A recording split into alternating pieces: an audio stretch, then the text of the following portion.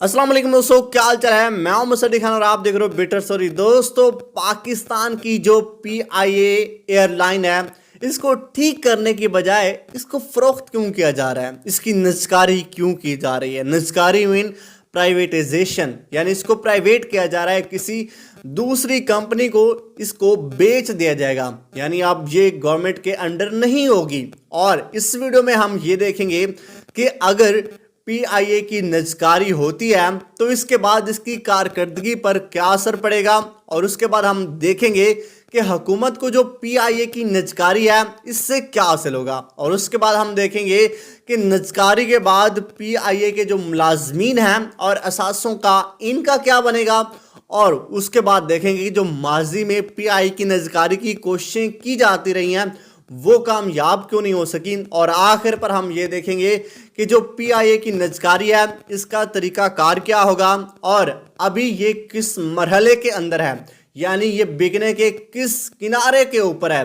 तो सबसे पहले हम अपने पहले क्वेश्चन की तरफ आते हैं, अपने पहले मतलब कि पहली बात के पहले चैप्टर की तरफ आते हैं। तो पहला चैप्टर यह है कि अगर पीआईए की निजकारी होती है तो उसके बाद इसकी कारकर्दगी पर असर होगा, तो यकीनन होगा। देखो, इस पर हम बात करें तो पता चलता है कि जब भी कोई कंपनी मतलब कि प्राइवेट कंपनी किसी दूसरी कंपनी का अब जो सारा ऑपरेशन संभालती है तो यकीनी तौर पर उसके अंदर कारकर्दगी जो है वो बेहतर होगी। क्योंकि मैंने आपको इसकी वजह यह है कि जब एयरलाइन के अंदर यानी पीआईए के अंदर सियासी मुदाखलत ख़त्म होगी, क्योंकि जो माजी के अंदर इस पीआईए का जो जवाल की वजह है वो इसको यही बताया जा रहा था कि इसके अंदर जो सियासी मुदाखलत है इसी वजह से इसकी जो कारकर्दगी है ये जवाल पजीर होती जा रही है। क्योंकि मैंने आपको बताऊं, जो पीआईए की सालाना रिपोर्ट्स 2022 के मुताबिक, यानी 2022 के अंदर इसको 88 अरब रुपए का खसारा हुआ था, और इसी वजह से जो निजकारी है ये हो मतलब कि इसको निजकारी इसकी हो रही है। एक तो ये कि कोई भी इदारा इन लोगों के पास जाए जो उनके कारोबार को समझता हो। कोई एयरलाइन अगर पीआईए को खरीदती है तो इसका मतलब है कि वो ज़्यादा बेहतर तरीके से पीआईए को चलाएंगे। उनका कहना था, यानी मतलब कि जो पीआईए को कुछ अफराद थे उनका कहना था कि निजकारी की सूरत में कम अज़ कम हुकूमत पाकिस्तान पर पड़ने वाला जो माली बोझ है वो ख़त्म हो जाएगा, यानी जो एक साल के अंदर 88 अरब रुपए का खसारा है वो नहीं होगा। और उसके बाद निजकारी के बाद जो पीआईए के तैयारे हैं इनमें भी इजाफा हो सकता है, और इसका जो इंफ्रास्ट्रक्चर है वो भी बेहतर होगा, इसका जो आईटी सिस्टम है वो भी बेहतर होगा, और इसके मुलाजमीन की तरबियत का भी अच्छा इंतज़ाम होगा। और उन्होंने मतलब कि मैं आपको बता दूं, यहाँ पर 1987 से लेकर आज तक पीआईए ने सिर्फ माली साल 2006 और 7 में मुनाफा कमाया, जिससे अंदाज़ा लगाया जा सकता है कि कोई भी हुकूमत इस इदारे को बेहतर नहीं कर सकी। देखो, मैं यहाँ पर आपको बता दूं कि जब भी ऐसी चीज़ें बिकती हैं, इनकी निजकारी होती है, तो इसके पीछे यही वजूहत होती हैं कि वहाँ की जो हुकूमत है वो नालायक है। सीधी सी बात है, यानी यार हुकूमत है वो कुछ भी कर सकती है, लेकिन यहाँ पर उसको प्राइवेट करने की बजाय उसको अपने अंडर रखे उसके हालात बेहतर करने का भी तो सोचा जा सकता है, लेकिन नहीं, यहाँ पर कोई अपने मुल्क के लिए मुखलिस है ही नहीं। तो अब हम अपने दूसरे चैप्टर की तरफ बढ़ते हैं कि हुकूमत को पीआईए की निजकारी से क्या हासिल होगा। गुज़श्ता कई सालों से पीआईए की जानिब से पेश की जाने वाली सालाना मालियाती रिपोर्ट्स में एयरलाइन के खसारे में बिल्कुल इजाफा हो रहा है। अगर आप देखो तो पीआईए की जो सालाना रिपोर्ट्स 2022 है उसके मुताबिक एयरलाइन का खसारा 88 अरब रुपए था। पीआईए की जानिब से साल 2023 के सिर्फ पहले 6 महीनों की मालियाती नताइज का अब तक का ऐलान किया गया था, और उसके मुताबिक जो एयरलाइन का इब्तदाई 6 महीनों का खसारा वो 60 अरब रुपए था। एविएशन के शोबे पर गहरी निगाह रखने वाले एक बंदे का ये भी कहना था कि पीआईए में खसारे का सिलसिला 2004 से शुरू हुआ और इसके बाद से इसमें मुसलसल इजाफा हो रहा है। माली उमूर का माहिर एक बंदा है खुरम शहजाद, उसका कहना था कि हुकूमत को पीआईए की निजकारी से सबसे पहला फ़ायदा ये होगा कि कौमी ख़जाने पर पहुँचने वाले नुकसान का सिलसिला थम जाएगा, और जो निजकारी है इससे हुकूमत को सरमायाकारों की जानब से सरमाया हासिल होगा, जिससे मुल्क का इस वक्त अशद ज़रूरत है। تو یہ تو بات اس کی ٹھیک ہے۔ اور ابھی ہم اگلے چیپٹر کی طرف بڑھتے ہیں کہ نجکاری کے بعد جو پی آئی اے کے ملازمین ہیں اور اثاثے ان کا کیا بنے گا۔ دیکھو پی آئی اے میں اس وقت 7200 مستقل ملازمین کام کرتے ہیں۔ اس کے علاوہ ڈیلی ویجز پر کام کرنے والے ملازمین بھی اس ایئر لائن کا حصہ ہیں۔ نجکاری کمیشن سے پی آئی اے کے ملازمین اور اس کے اثاثے کے بارے میں پوچھا گیا تو اس کے ترجمان نے ایک بات کی، وہ کہتا ہے کہ اظہار دلچسپی کے مرحلے کے بعد یہ معاملہ زیر باعث آئے گا، جس میں اس بات پر غور کیا جائے گا کہ ان ملازمین کو ایئر لائن کا نیا خریدار کم از کم کتنے عرصے تک ملازمت پر رکھنے کا پابند ہوگا۔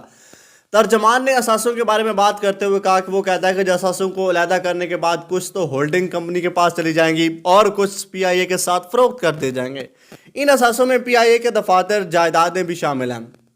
اور شہباز رانا کے مطابق پی آئی اے کی نجکاری کے بعد ملازمین کو 1 سے 3 سال تک ملازمت پر رکھنے کی تجویز زیر غور ہے، تاہم اس کے بعد انہیں ملازمت سے فارغ کیا جا سکتا ہے۔ بھائی صاحب تھوڑا سا ریڈی ہو جائیے پی آئی اے کے اندر کام کرنے والے۔ تو اب ہم بات کرتے ہیں کہ ماضی کے اندر جو پی آئی اے کی نجکاری کی کوششیں کی جاتی رہی ہیں وہ کامیاب کیوں نہیں ہو سکی۔ ماضی میں بھی پاکستان کی قومی ایئر لائن کی نجکاری کے لیے اعلانات ہوتے ہوئے آئے ہیں، تاہم ان پر عمل درآمد نہیں ہو سکا۔ پاکستان کے سابق چیئرمین نجکاری کمیشن محمد زبیر نے ایک بات کی، وہ کہتا ہے کہ نجکاری کرنے کا ایک طریقہ کار ہے جس میں پہلے تو پروفیشنل ورک کی ضرورت ہوتی ہے تاکہ نجکاری کے تمام جو مراحل ہیں ان کو پیشہ ورانہ اندازے میں طے کیا جائے۔ اور انہوں نے کہا کہ یہ ایک بہت بڑا چیلنجنگ کام ہوتا ہے، یعنی کسی اتنی بڑی کمپنی کو پرائیویٹائزیشن کرنا یہ ایک بہت بڑا چیلنج ہوتا ہے۔ اور اس بعد وہ ایک بات اور بھی کہتے ہیں، وہ کہتے ہیں جب پاکستان مسلم لیگ نون نے تیسرے دور حکومت میں چیئرمین نجکاری کمیشن بنے تو اس کے بعد پی آئی اے کی نجکاری کے لیے تمام پروفیشنل مراحل کو طے کر لیا گیا تھا، لیکن سیاسی وجوہات کی بنا پر یہ کام مکمل نہیں ہو سکا۔ اور اس کے بعد وہ کہتے ہیں کہ یہ پاکستان پیپل پارٹیز اور پاکستان تحریک انصاف کی جانب سے اس عمل کی شدید مخالفت کی گئی تھی اور میڈیا میں بھی اس کی خلاف مہم چلائی گئی تھی۔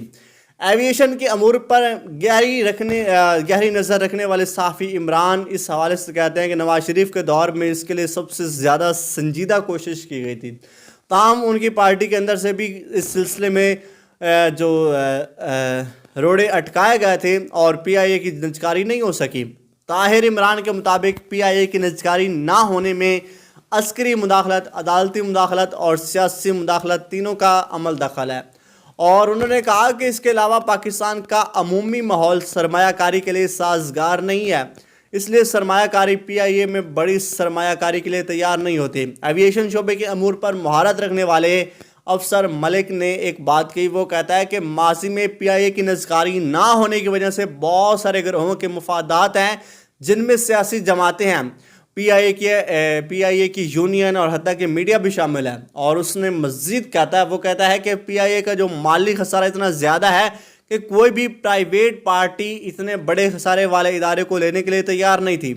اور اس نے افسر ملک نے ایک اور بات کی، وہ کہتا ہے کہ پی آئی اے کے جو اثاثے ہیں ان کی جو مجموعی مالیت ہے وہ 57 ارب روپے ہے، جبکہ اس کے ذمہ واجبات کئی 100 ارب روپے ہیں، جس کی وجہ سے اس کی نجکاری ایک گمبھیر مسئلہ ہے۔ اور ابھی ہم بات کرتے ہیں کہ جو پی آئی کی نجکاری ہے اس کا طریقہ کار کیا ہوگا اور اب یہ کس مرحلے کے اندر ہے، یعنی اب یہ کس کنارے پر پہنچ چکی ہے۔ تو پی آئی کی جو نجکاری ہے اس وقت اسکیم آف ارینجمنٹ کے مرحلے میں ہے، جس کی منظوری اس کے بورڈ آف ڈائریکٹرز کی جانب سے دی جا چکی ہے۔ اس اسکیم کے تحت کسی بھی کمپنی میں اکثریتی حصص رکھنے والے افراد کمپنی کی نجکاری کی منظوری دیتے ہیں، جس میں پی آئی اے میں اکثریتی حصص حکومت پاکستان ہے۔ نجکاری امور پر گہری نظر رکھنے والے سینئر صحافی شہباز رانا نے ایک بات کی، وہ کہتا ہے کہ وفاقی حکومت پر پی آئی اے ہولڈنگ کمپنی کے قیام کی پہلی ہی منظوری دے چکی ہے، جس کے حوالے سے پی آئی اے کی ذمہ 600 سے 625 ارب کا قرضہ کیا جائے گا، جو اس کے بعد وفاقی حکومت کی ذمہ داری بن جائے گا۔ وہ ایک بات اور بھی کہتے ہیں، نجکاری کمیشن اپریل کے مہینے میں پی آئی اے کی نجکاری کے لیے سرمایہ کاروں کو دلچسپی کا اظہار کرنے کا موقع دے گا۔ اس کا مقصد یہ ہے کہ سرمایہ کار پی آئی اے کی خریداری کے لیے اپنی بولی جمع کروا دیں گے اور بعد میں ان بولیوں کی جانچ پڑتال ہوگی۔ शहबाज राणा का मजीद कहना था कि हुकूमत को उम्मीद है कि जून के महीने के ख़त्म होने से पहले पीआईए की नीलामी हो जाएगी। ओए होए होए, अफसोस। तो भाई साहब ये थी पीआईए की जो नीलामी है इसकी कहानी। तो उम्मीद है कि आपको इस वीडियो में इसके बारे में सारा पता चल गया होगा, पीआईए की जो नीलामी हो रही है, इसकी जो नस्कारी हो रही है। और अगर वीडियो पसंद आई है तो वीडियो को लाइक करो, चैनल को सब्सक्राइब करो। मिलते हैं अगली वीडियो में, तब तक अपना बहुत सारा ख्याल रखिएगा।